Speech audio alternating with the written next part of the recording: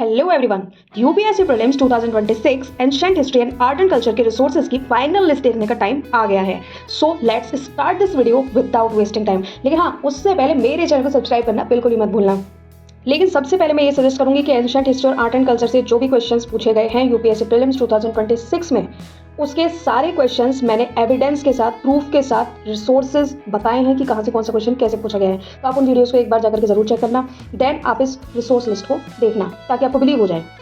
सो 2026 के एनालिसिस के बाद एंशिएंट हिस्ट्री और आर्ट एंड कल्चर में के लिए आपको सबसे पहले 6 से 12th क्लास तक की एनसीईआरटीज करनी ही करनी है एट एनी कॉस्ट, जिसमें सबसे ज़्यादा इंपॉर्टेंट आपकी कौन सी है? 11th क्लास की fine arts plus 12th class की एनसीईआरटी। ये तो कंपलसरी है और ये बिल्कुल ऐसे करनी है कि मतलब पोस्टमार्टम एक एक चैप्टर का, इवन एक एक लाइन का जो इंपॉर्टेंस रखती है अपने आप में, for prelims and as well as for mains also.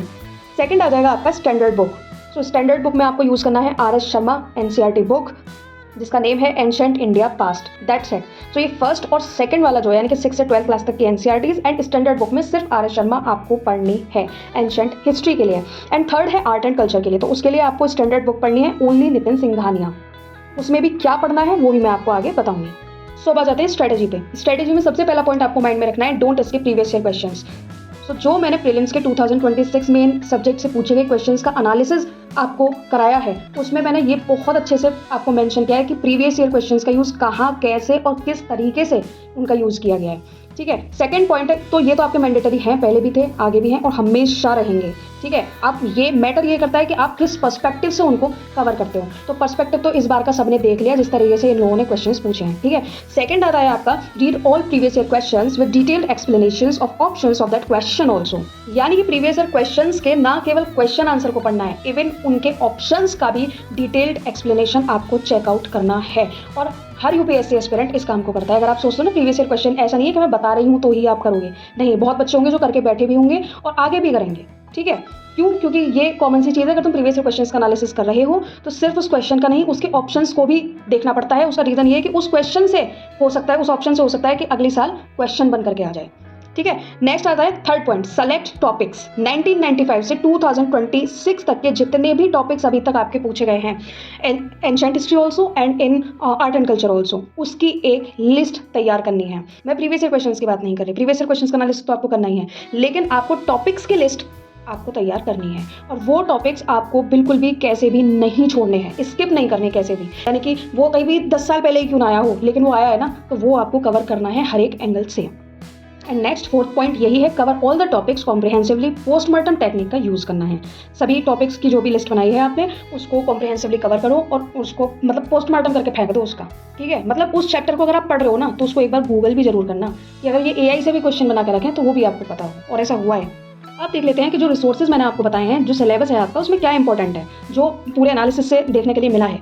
First है डेवलप लॉजिकल थिंकिंग। भाई ये आपको डेवलप करनी पड़ेगी, लॉजिक आपको लगाना पड़ेगा, क्योंकि ज़्यादातर क्वेश्चन इस बार लॉजिक पे बेस्ड थे।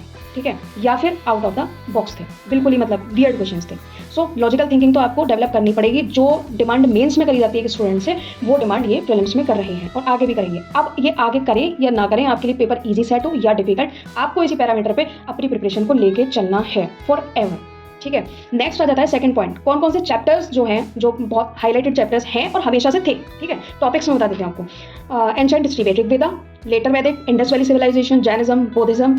Focus more on these topics. इन टॉपिक्स पर सबसे ज़्यादा फोकस आपको करना ही करना है। ऐसा नहीं है टॉपिक्स पहली बार आए हैं, नहीं, पहले भी आए हैं, लेकिन हाँ पैटर्न उनका चेंज हो गया, तो उसके लिए आपको किस पे काम करना है? लॉजिकल थिंकिंग पे। इवन एक भी लाइन आपको छोड़नी नहीं है। जब आप उन वीडियोस को देखोगे ना, तो भाई आपको, मुझे पता है कि मेरा कितना दिमाग खराब हुआ है एक एक क्वेश्चन के एक एक मतलब लाइन को निकालने में, कि कहाँ से कैसे। इतने सारे रिसोर्सेज मैंने अपने लिए नहीं पढ़े कभी जितना मेरे को इसको करने में गया है टाइम।